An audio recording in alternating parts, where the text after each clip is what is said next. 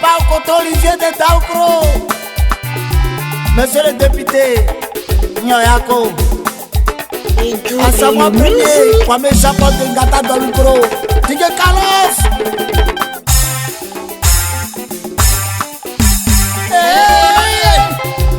Oh yes, Lele Mamwe oh, Nzebae, Nifalia oh, Nifalia Sinia oh, Ekundalele ya umoko oh Bédié, la palele sous umoko kona Bédié, oh Bédié, oh Bédié, singli fani bae famande wate baba, oh Bédié, singli fani bego famande puni oh baba, oh Bédié, Asasi mamwe basulele baba, oh Bédié, Etats-Unis mamwe basulele baba, oh Bédié, Nana kwayo kaniselike, Nzona mombe kajume ibo, Isoswele gebe kutume, Papa ewe kuti soswe, Bienfle mwen babi ko baba. Général Blé, Papa Luku Bakassa. Kona bete kaniselike, Be fama be sabe be klema be kwati, Be fakleni o baba. oh Bédié, VP0, Maman Hélène. Apapa male okron, Asimo okro karifu, Sane kusuke nga kolele, Asukumale, Soti makoi mame paleti, Asimo okro, Asonamo baba. Maman Monica, Makila Kachat Morofé. Maman de Claudia. Fwa ikaniselike, Nzona be kajume ibo, Isoswele yebe kutume, Papa ewe kuti soswe, Yedweble mwen bagi mwanti o bae. oh Bédié, Ala patore mi wasulele, Zalui biyo wasulele, Kuture mwane wasulele, Baba e wapalele, Amete kwaku wasulele o baba, Wasulele tele na imweku o baba, oh Bédié, Nzebae ni fanye ya olio, Tamna visibe faye mabuye, Uye kusuzese uyo ya kolio, Yelenga kakwale, Awandilele ajumangwe, Sangali kenga nyonye sesi, Isi yoka, isi nati o baba, oh Bédié, Adama bitoko asulele, Joni sable asulele, Mere maimweku o, Kutu kofire mono, Wakolele, Ole maimweku, Baba sepesi kona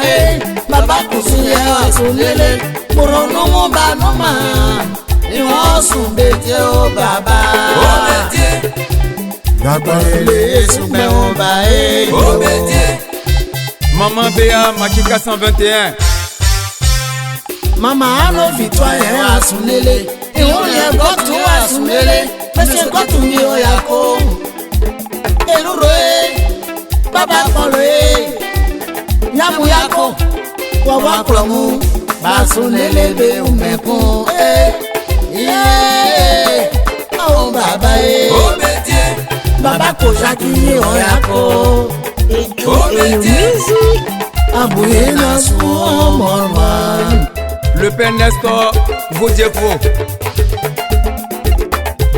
Baba ivisole, Kakle kakape kayo, Okakle totore me kayo, Mwami awa jage, Mwami yane maimweku, Otima baba beteti, Niswani estrafite me kale, Kamone masikansano, Nitemane souffle beteni o, Stromo moale moadi, Omo onzi mo anon, Kenga numale, Omo mamezika, Kenga mumame koma sukumo kenge, Itema misileba, Mikenga alwa ya tiao, Marvin Kwasi, DJ Coolio.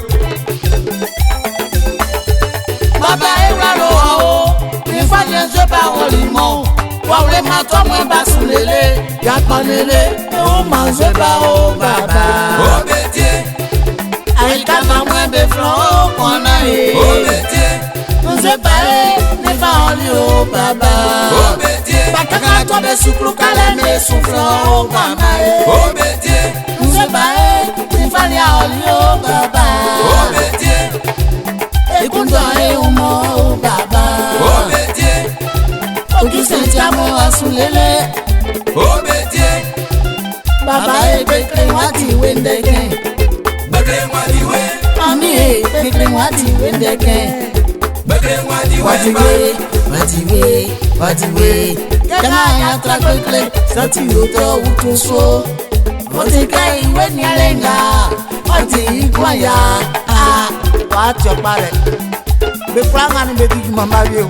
Ayo. au bétier, on a bétier, au bétier, singli fani baye famande wate baba, au bétier, on a bétier, au bétier, singli fani toko famande kuni wa baba, au bétier, Watiwe.